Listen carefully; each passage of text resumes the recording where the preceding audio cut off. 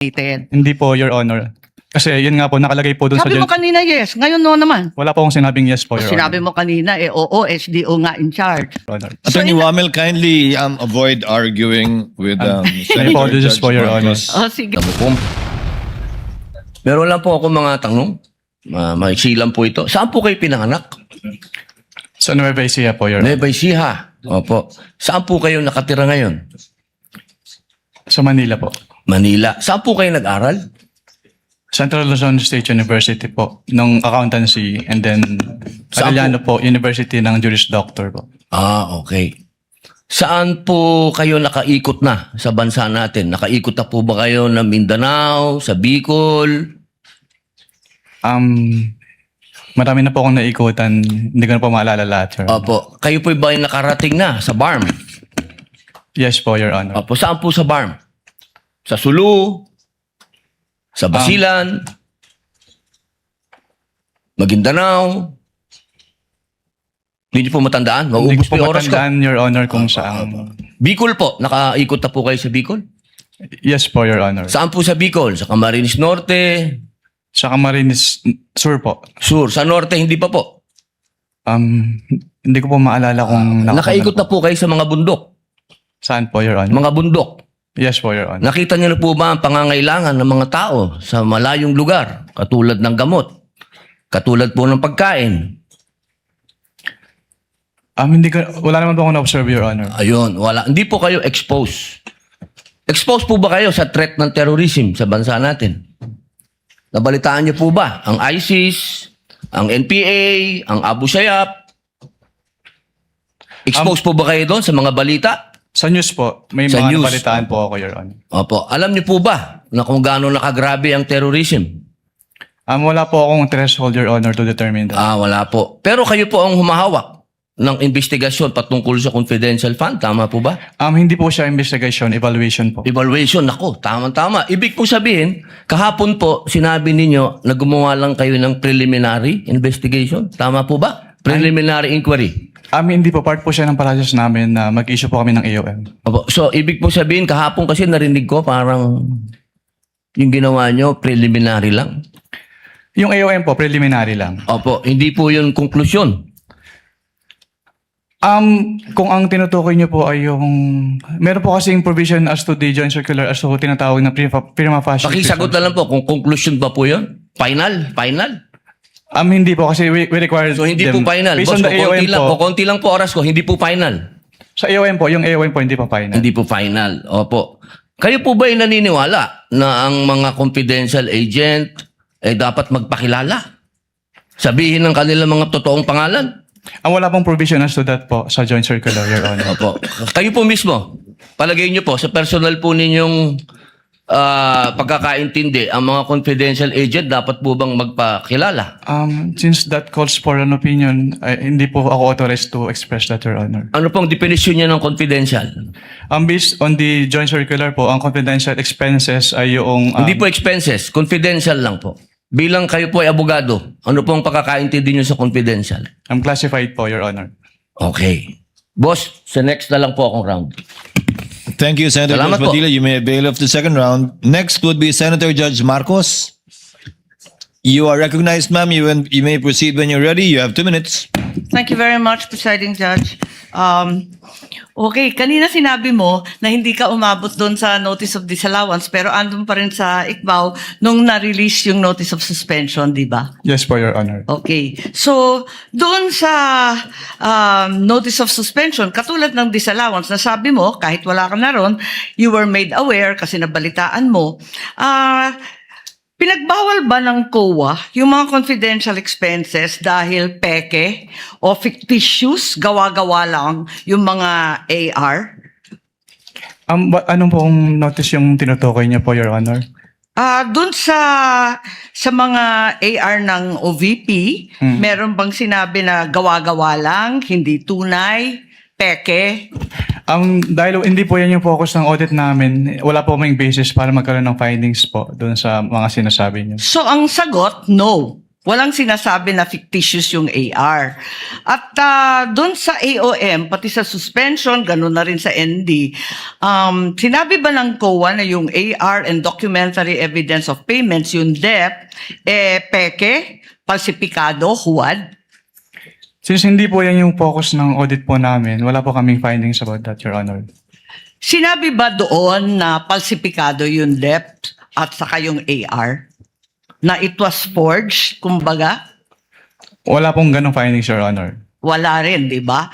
At doon sa mga pangalan ng mga recipient ng award, tama ba ako sa pagkaintindi na hindi rin sinita ng COA yung mga kakaibang pangalan tulad ng Mary Grace Piatos, Andy Lim, etc. Ang sinabi at binanggit talaga ng COA ay yung mga datos na hindi tumutugma. Tama ba? Since what we did is compliance audit po at wala namang provision yung circular as to the use of aliases, yes po, wala po kaming findings about Kasi that. sabi mo nga, neither allowed nor prohibited. Tama po. So, doon sa AOM at sa notice of suspension, the names of these reward recipients was never raised by COA. Di ba? Yes po.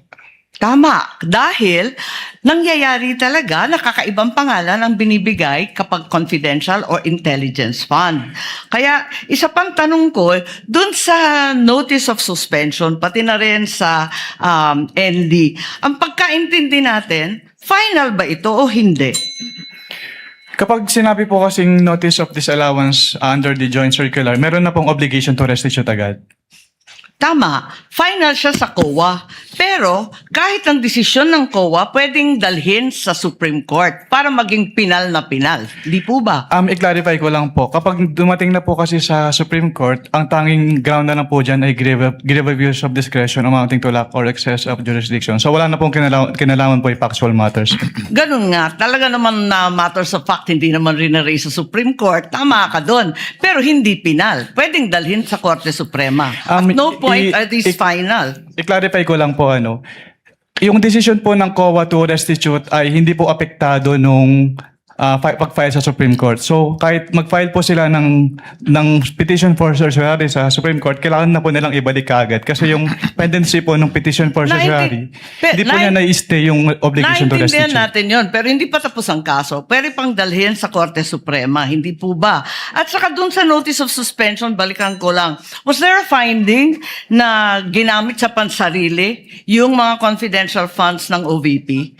That is a presumption po under joint circular. Misappropriated ba yun? Kindly wrap up. That is a presumption Senator po. Judge Hindi po Marcos. kailangan directly sabihin kasi nagkaroon po ng presumption. Pero hindi sinabi. Sa madaling sabi, Pero dahil wala presumption talagang po siya, hindi po siya kailangan sabihin, Your Honor. Naintindihan ko, pero wala doon. Is there a COA finding na ninakaw ang confidential funds doon sa various AOMs and notice? Meron bang sinasabi doon na ninakaw? It was stolen? There is a prima facie evidence na nagamit po siya for personal use or benefit under the joint circular. Kaya nga. Kindly wrap up. Senator Judge Marcos, Yes, going to bail of round I two. am done, but I have questions kung may second round. There will be a round two, and I will register you, Senator Judge Marcos.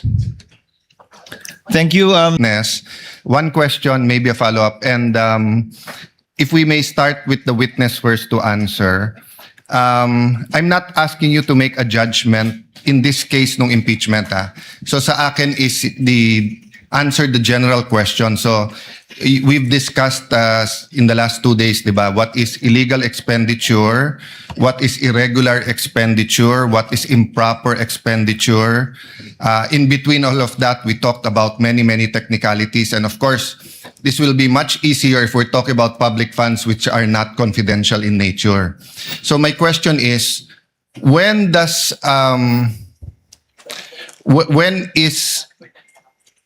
when we analyze the expenditure, when is it in the nature of an administrative problem na parang o mag-submit lang kayo, i-justify nyo to, o kulang lang ng dokumento, i-supply nyo to, and when does it go up to na criminal na in nature na sandali lang, may anomalya na dito or we might file charges against you. Ano yung bar niyan, di ba? So sa mga senator judges na nanonood ngayon, and sa publiko na nanonood ngayon, because nga confidential expenditures are in a class by itself, di ba? Peace and order is so important, security is so important.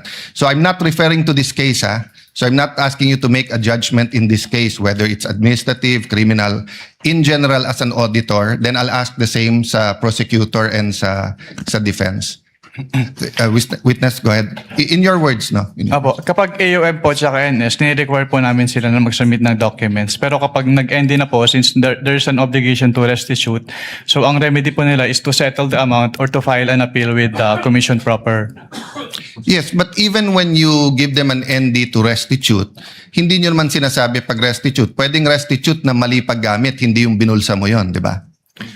So at what point as an auditor do you say na sandali lang, a criminal na to may anomalya? Kasi pwedeng mali ang pinaggamitan kaya isoli nyo, but you're not accusing anyone of na binulsa niya.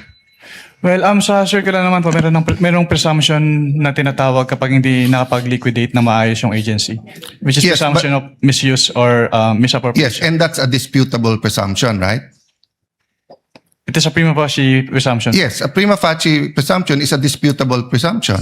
It's not a conclusive presumption, meaning yung prima facie, so lilipat yung onus sa kabila na i-prove na mali. Tama? Yes po, Your Honor. Yes, so hindi pa yun yung hindi ka pa rin dumating dun sa point na yon na parang hindi, as far as COA is concerned, ninakaw mo to. Again, I'm not talking about this case in general. At what point nga will you have a final COA document saying na yon? Kasi pag sinabi mo lang restitute lang, it could be restitute because you didn't use it for what you were using it for.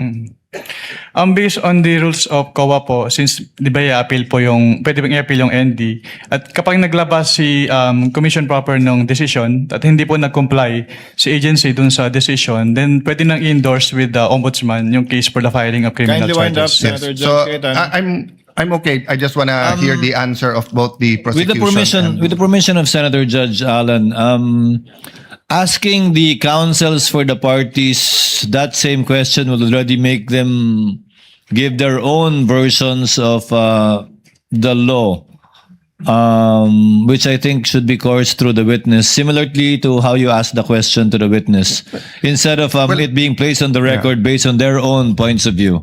Well, anyway, we will have two more COA witnesses, but I think Yes. to all of us who are neutral, that's the big question. At what line does it cross between nagkamali lang yung isang public official sa liquidate and at what point is it criminal? And I just wanted to give, but if that's the I would be decision of the- clarifying that too Yeah. during my second round. Then I will leave it up to you, Mr. Presiding Officer. I apologize, the prosecution and the defense, you will not have a chance to answer that. But during the time of the presiding officer, you will be able to. Or maybe even in the summation at the end. No?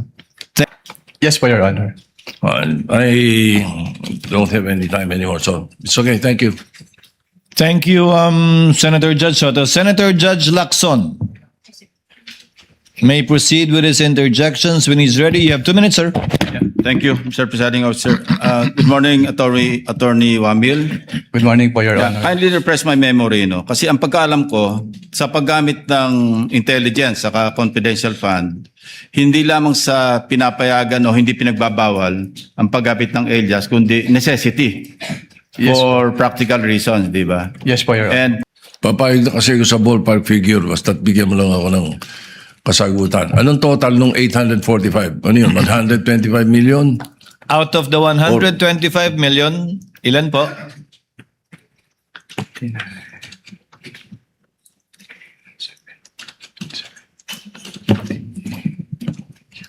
Your Honor, please. Let's wait for the witness counsel to answer. He's referring to your marked exhibit, the notice of suspension. I believe it's on the first page, Attorney Wamil. Sa first page po, with respect to the payment of rewards po, 59,787,000 pesos po, Your Honor.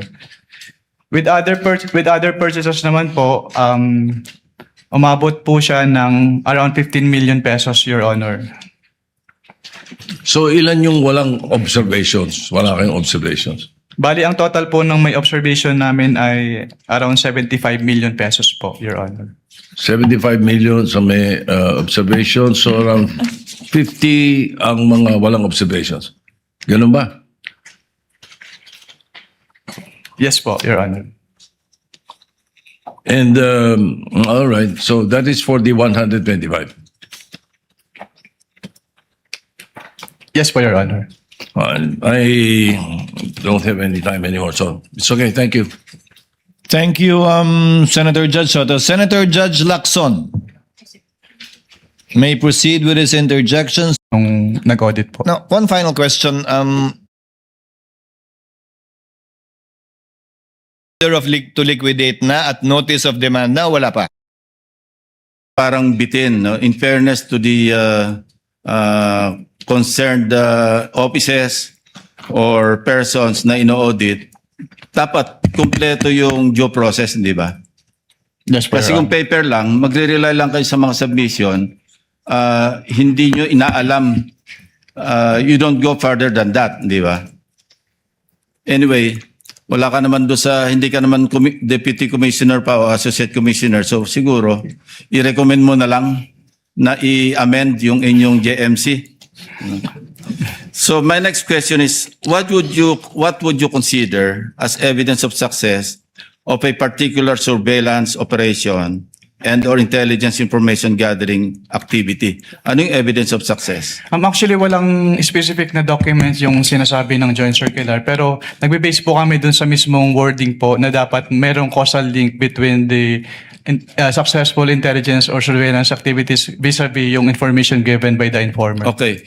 Would an after surveillance report or after intelligence report ng particular na agent, would it suffice para i-consider yung evidence of success? I'm not referring to the entire operation. Kasi kapag nagsagawa ng surveillance, nagsasagawa ng after surveillance report, whether negative or positive, would you consider that as evidence of success? Katulad po ng sinabi ko, tinitingnan po namin yung causal link. Kung may Ayun. causal link between the success and the information given by Yun the ang problema kasi bitin nga yung inyong audit. So I would reiterate, i-recommend mo na i-amend ninyo yung inyong circular. Thank you. Thank you, Senator Judge Lacson. Before proceeding to round two, Chair would like to make some interjections. Attorney Wamel, you read the notice of suspension earlier and you gave what amount again? Can you kindly give him a copy? Counsel for prosecutors?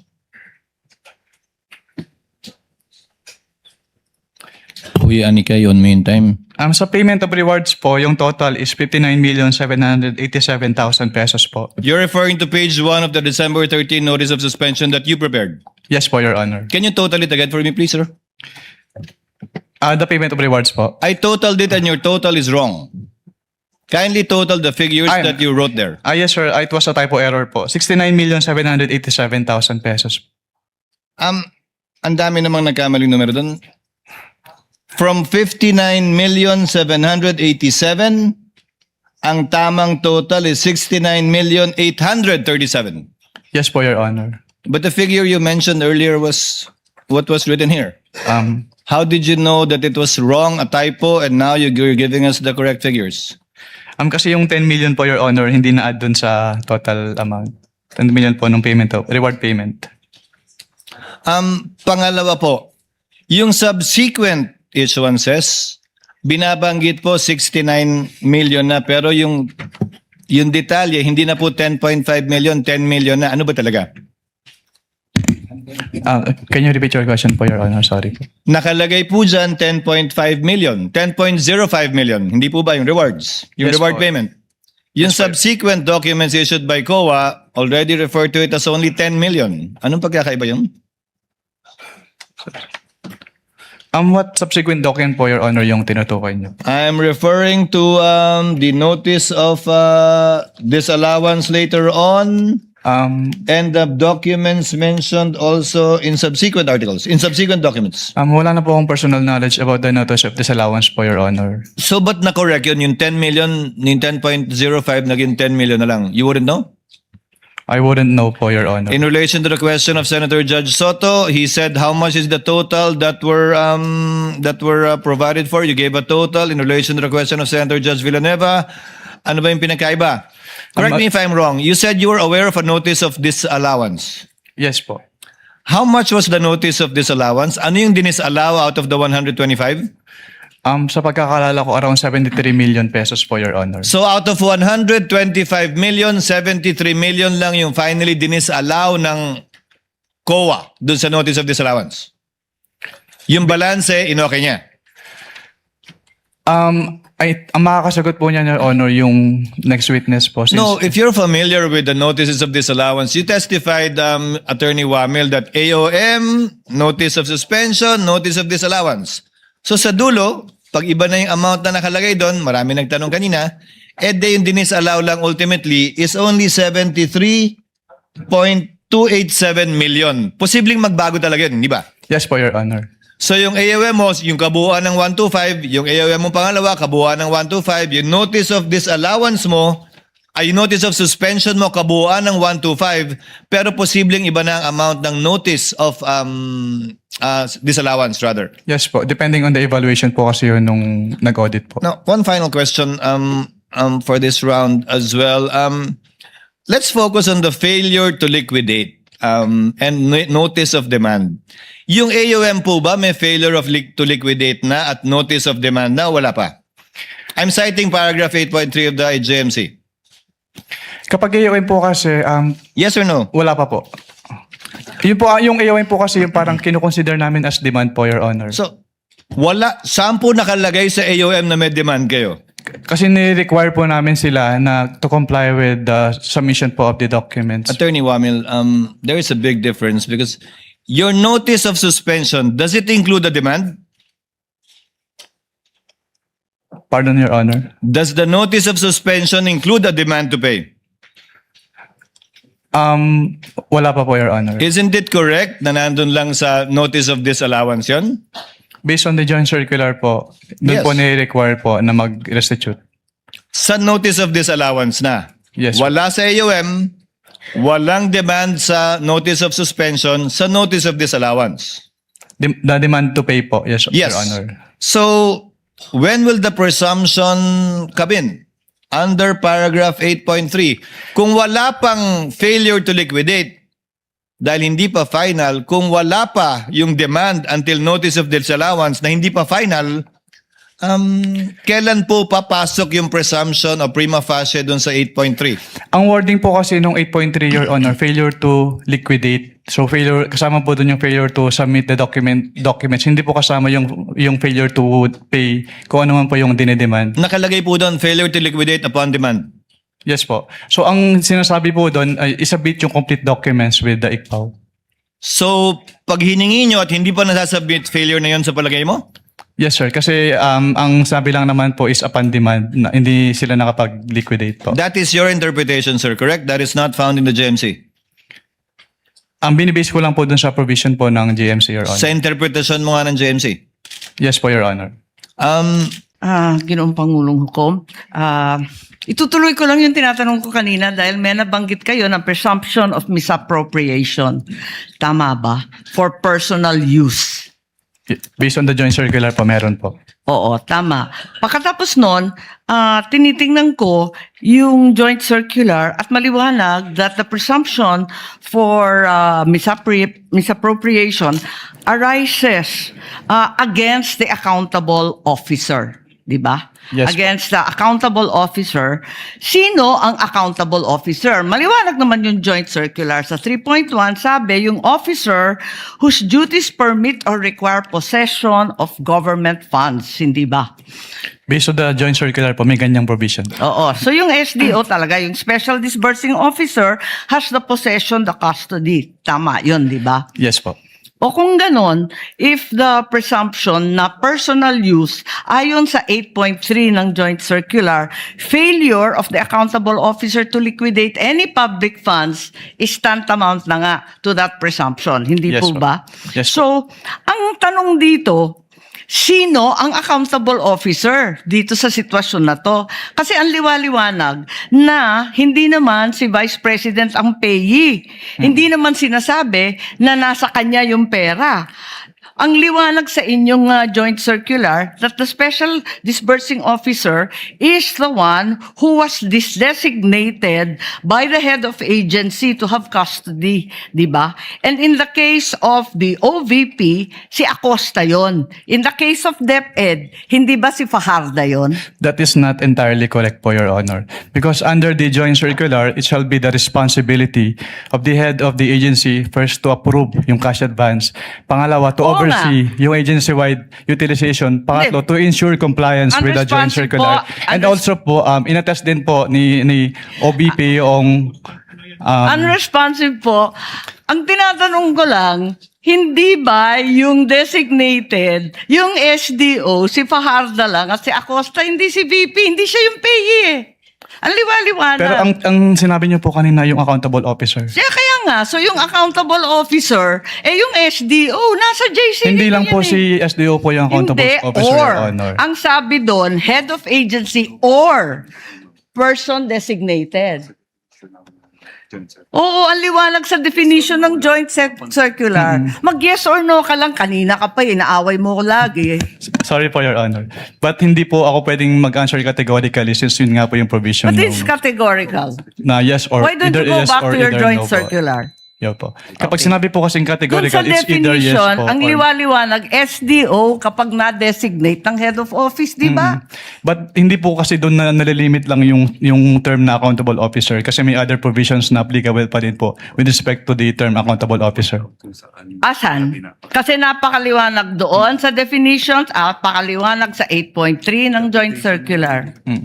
Yun nga po yung na-mention ko kanina. Interpretation na ninyo yun, hindi pinapalawak po. ninyo andun eh. Head of office, Hindi head po of agency, or designated. Hindi po, Your Honor.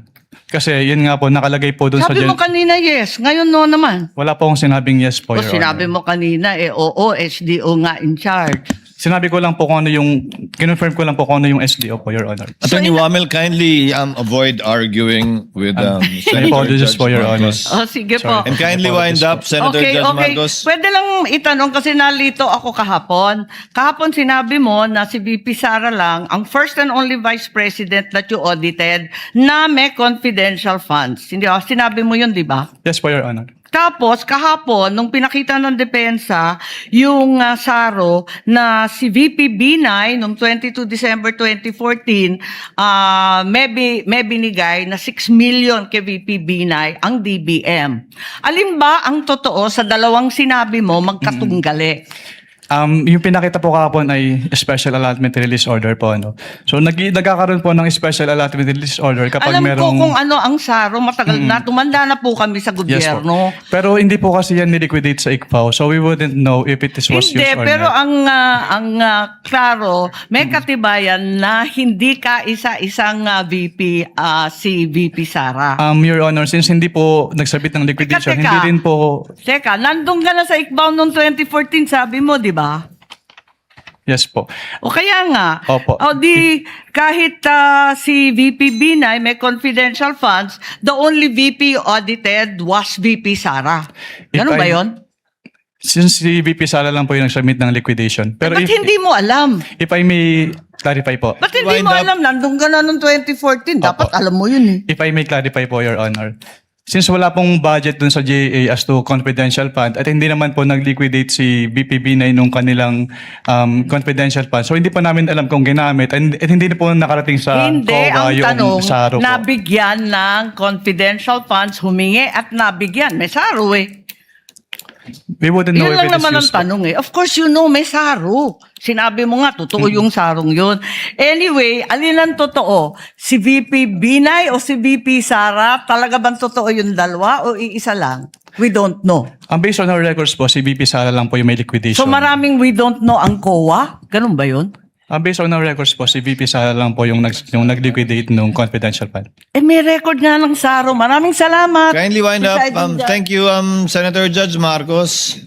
Chari, kaya walang liquidation. To clarify and finish that point,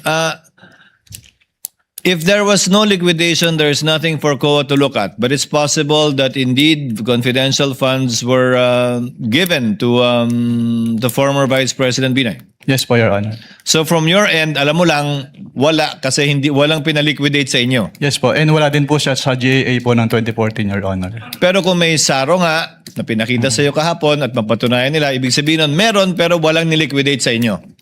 Maaari po, Your Honor. Pwede po. Yun lang naman yung tanging rason, di ba? Apologies po, Your Honor. May apologies hindi po, Senator na-release. Ivy. Next interject. Pagising sa umaga, tanghali at gabi, nakikita ko ang post niya, ang hapdi. Paano nga ba to? Di ako makatanggi. Watch ko na lang at isipin ng mabuti. Bisdak Pilipinas. Bisdak, tinig ng katotohanan. Sa bawat vlog may laban sa kasinungalingan. Mulat ang mata, gising ang masa. Bisdak Pilipinas, para sa bayan, gumigising sa diwa. Sa likod ng kamera, tapang ang dala, walang sinasanto kung mali ang gawa.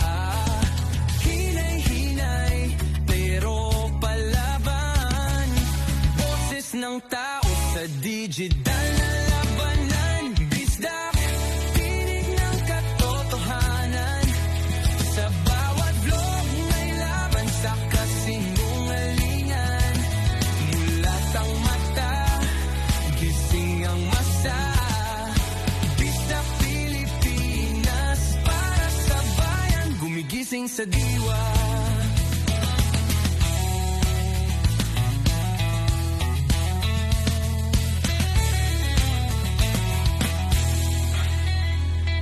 Hindi artista, hindi politiko, pero ang katotohanan, sigaw niya ay buo.